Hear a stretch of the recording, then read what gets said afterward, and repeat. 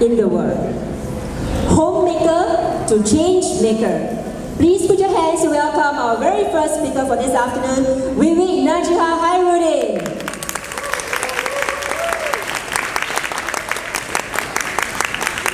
And the mother always brings a child along, so we have a little Toastmaster here today.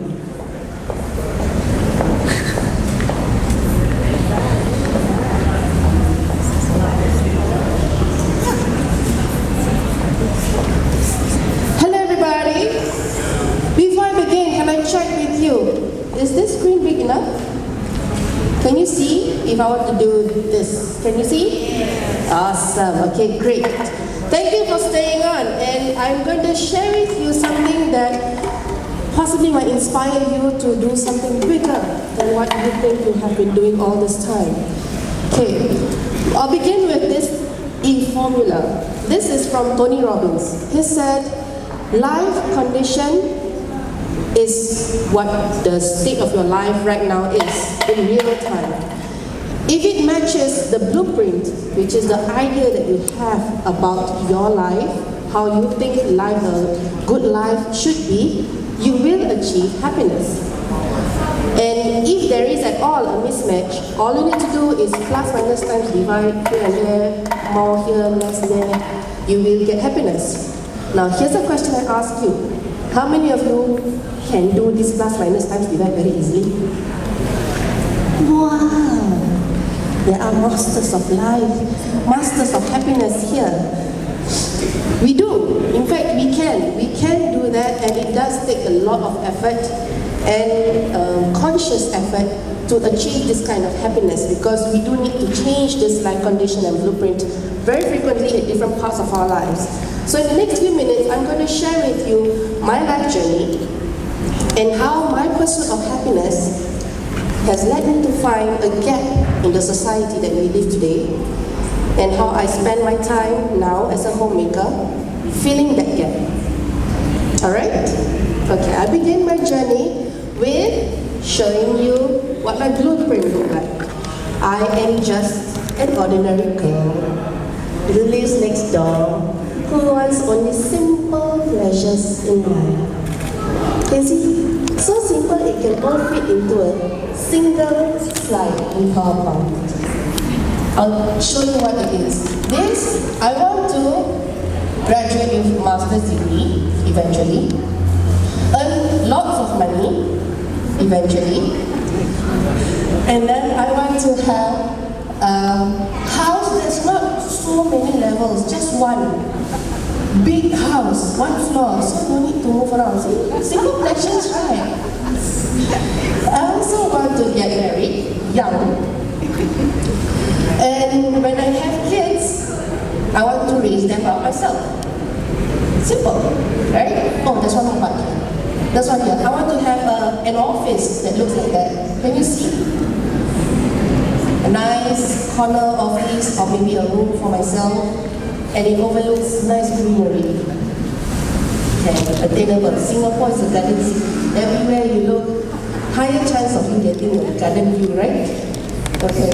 So, when I graduated in 2009 with a degree in psychology, my first pit stop was this school, as with many graduates of universities, right?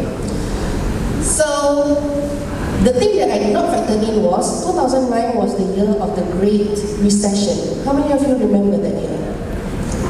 Yeah. Many people were very badly affected. And I'm just a graduate with no working experience. The only experience I have is just to try and find a partner in school, which I did, is sitting behind. So, I got a job. It wasn't the job of my desires, of my dreams, but it paid me something. Something in the year of the Great Recession is better than nothing. Yes, there is a kid. Now I know there is a kid. It's okay. I'm a mother anyways, so embrace, kind of good. Where was I?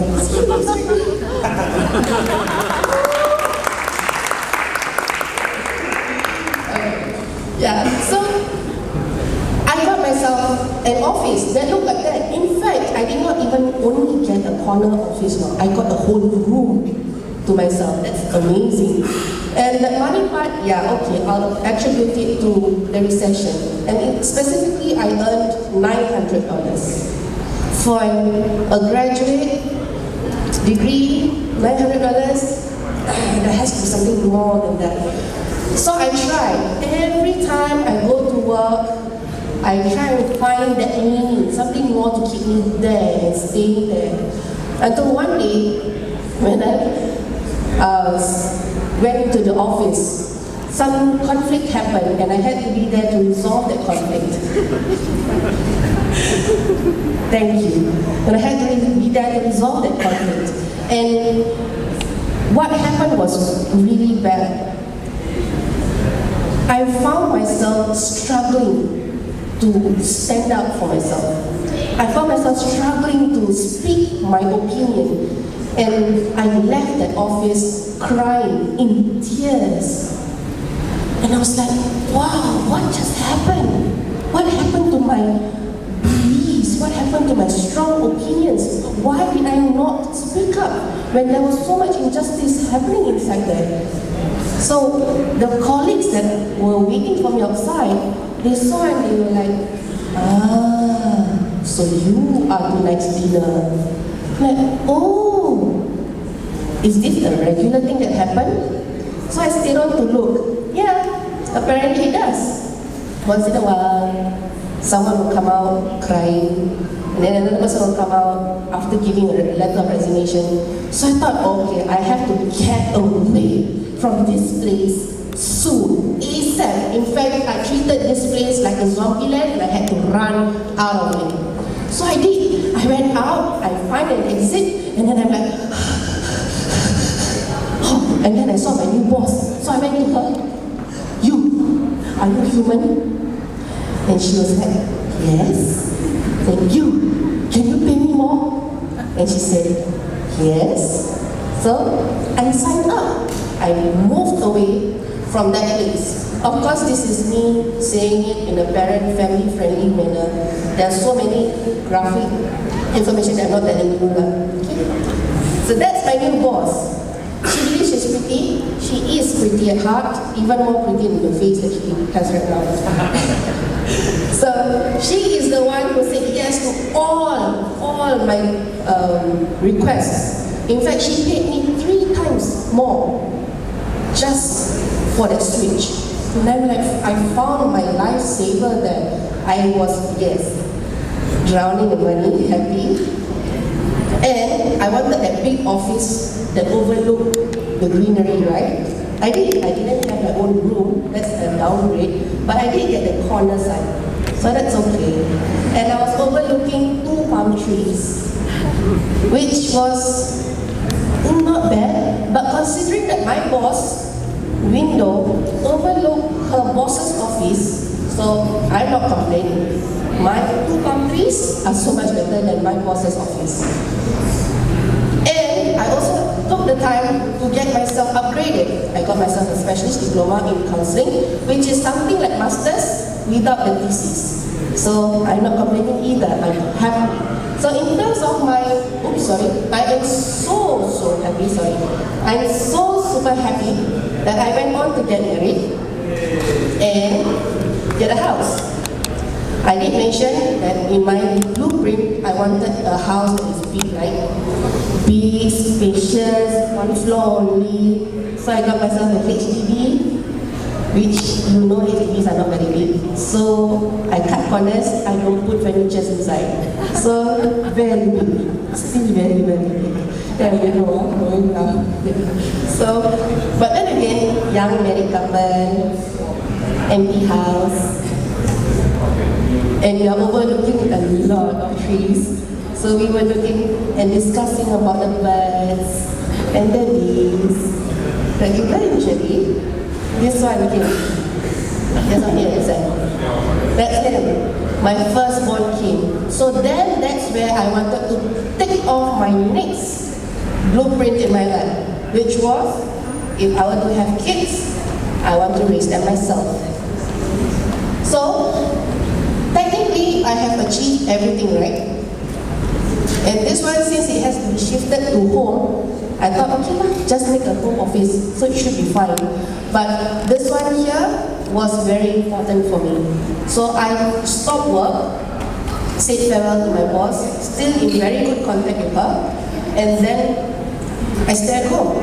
Am I supposed to be happy? Yes, but was I happy? No, I was not. And I was puzzled. Why?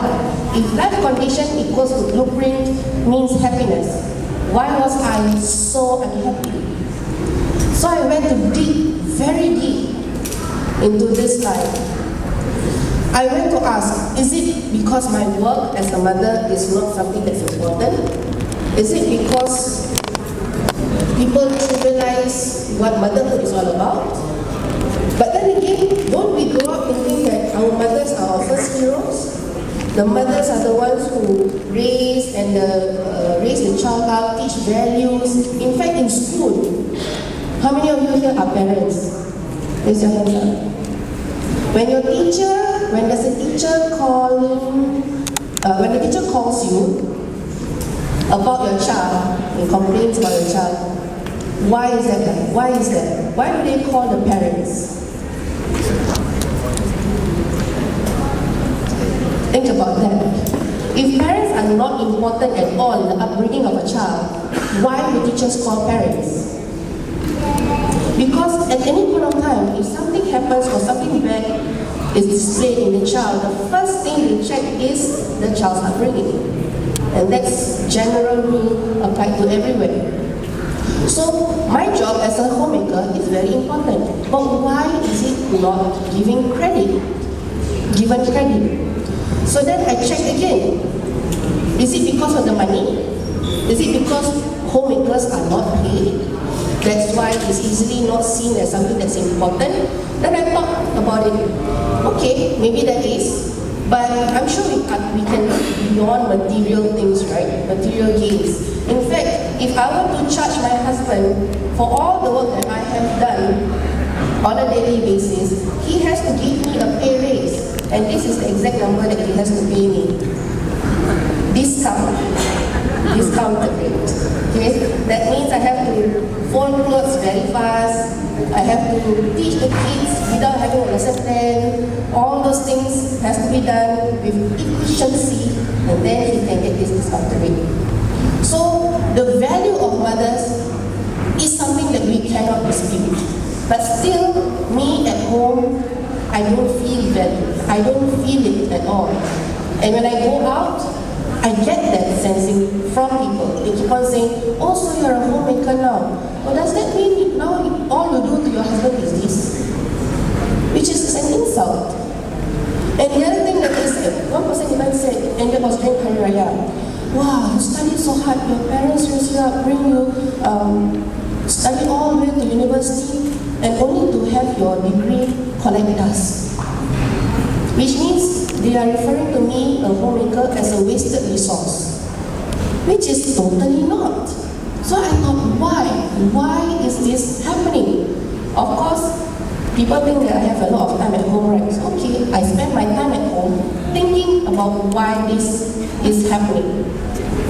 And then I came to these numbers, and I'm going to show you soon. And that is because if you see housewife or being a housewife, the life of a housewife is hardly talked about. In fact, once a person chooses to be a housewife, they are isolated from the whole world society. I don't have colleagues, I don't have a boss, I don't have a appraiser, we don't have meetings to go to actively. In fact, if we want to do that, we have to orchestrate a gathering just to bring our kids out, go through all the tantrums that just now you saw, just to speak with people. So it's a very lonely, quiet, under the radar kind of job. And that is an issue because over here you see the blue line. That is the need for our Singaporeans to interact with people over the past 5 years. This is taken from a combination of Singapore stats and Google Trends. So it's very high on the charts that everybody wants to be connected with somebody at one point of time or another. Everyone. And from the time I stopped work until just a few days ago, depression is on a rise. You can see the red one. That is the mark for depression. So as a society, we are actually very lonely people who crave for connection, and when we do not get that, can you see, I'm not sure if you can see from here, can you see that circle part there? That is when, that happened in 2017, when depression peaked, when interpersonal relationship dipped the lowest in all that chart. So what we see here is when people do not get that connection that they need, enough connection that they need with other people, they do get depressed. And we can see from all the rising number of depression, the rising number of suicide, loneliness, not only in the older generation, but in the youngsters as well. You've heard, now it becomes very common thing. PSLE don't do well, suicide. O-levels don't do well, suicide. See those things? So it is a very rising trend. Now I did not put it inside here. Where does work-life balance go in here? Where does job satisfaction go in here? Do people crave for it? We do spend a lot of time doing it. So do people crave for it? How many of you think it's a yes? They do crave for it. How many of you think no, it's not represented here? How many of you don't know? Okay. Well, the truth is, if I were to put the numbers here, it's almost there. Just a very small line to represent work-life balance and job satisfaction. These are the two things that we spend so much time on. We try so hard to get the best job, try so hard to get the best pay, but those are the things that we do not crave as a society. And it's shown in the stats. So what I do with my time now is I come up with Homemaker. Homemaker essentially is just a movement that I want to encourage people to start talking about motherhood. They can have businesses, they can have no business, they just want to come out and speak about their struggles. And I believe that when we have that platform to just talk about it, people will start to have awareness and put value in it. And where else, where better can you put value than the person who raises up the future generation? If they don't do a good job, the future bosses are going to have a bad time. So I think I'm doing a very good job here, and I want more people to believe in that enough to put value in it and speak for it. So I started off by just going for Toastmasters meeting with my child, strapped up. And then slowly, another mother came in. This one you saw here, this lady was a Zumba instructor. And then she gave birth. And then we didn't see her at all for meetings. So that was when we tried the active advocacy to try and encourage her to come back. Bring the child, it's okay, it's fine, we do have a support network here in Toastmasters. Come here and speak, because staying at home or cooked up doesn't do good to your self-esteem. So she did, and now she, in fact over here, when the picture that you see here is of her speaking how she continues or tries to continue her business in Zumba with her child. So this is some of the things that we want to encourage doing that. And the platform that I use is of course Toastmasters, because where else do you gather just to talk about something, right? Anything under the sun, where else but Toastmasters? So this is Jauhari Bilingual Club. It started off as an English and Malay bilingual club, and since I'm there, and I went there when I only had one child. So now I have three. So, oh, you are inside. So definitely it is a very family-friendly club. And they are the first people to experience the struggles of a mother, and they are the first people to support this cause, and I'm very thankful for that. So, in conclusion, yes, life condition equals to blueprint gives you happiness. But not all the time you can get that instantly. And whenever you don't see that happening, there's a high chance it is because it's not being talked about well enough and enough times. So my current highest goal is to get that interpersonal relationship throughout all walks of life. And I'm doing that by representing the housewives, the mothers who are currently within the four walls at home. So I want to encourage all of you, if you know any mothers out there who are out at home struggling with self-esteem, identity, bring them out, bring them to Toastmasters, anywhere. Let them have that voice. And that's for me. What about you? Now that you know, you can speak for a group of people, who will you speak for? And that's all I need to do. Thank you.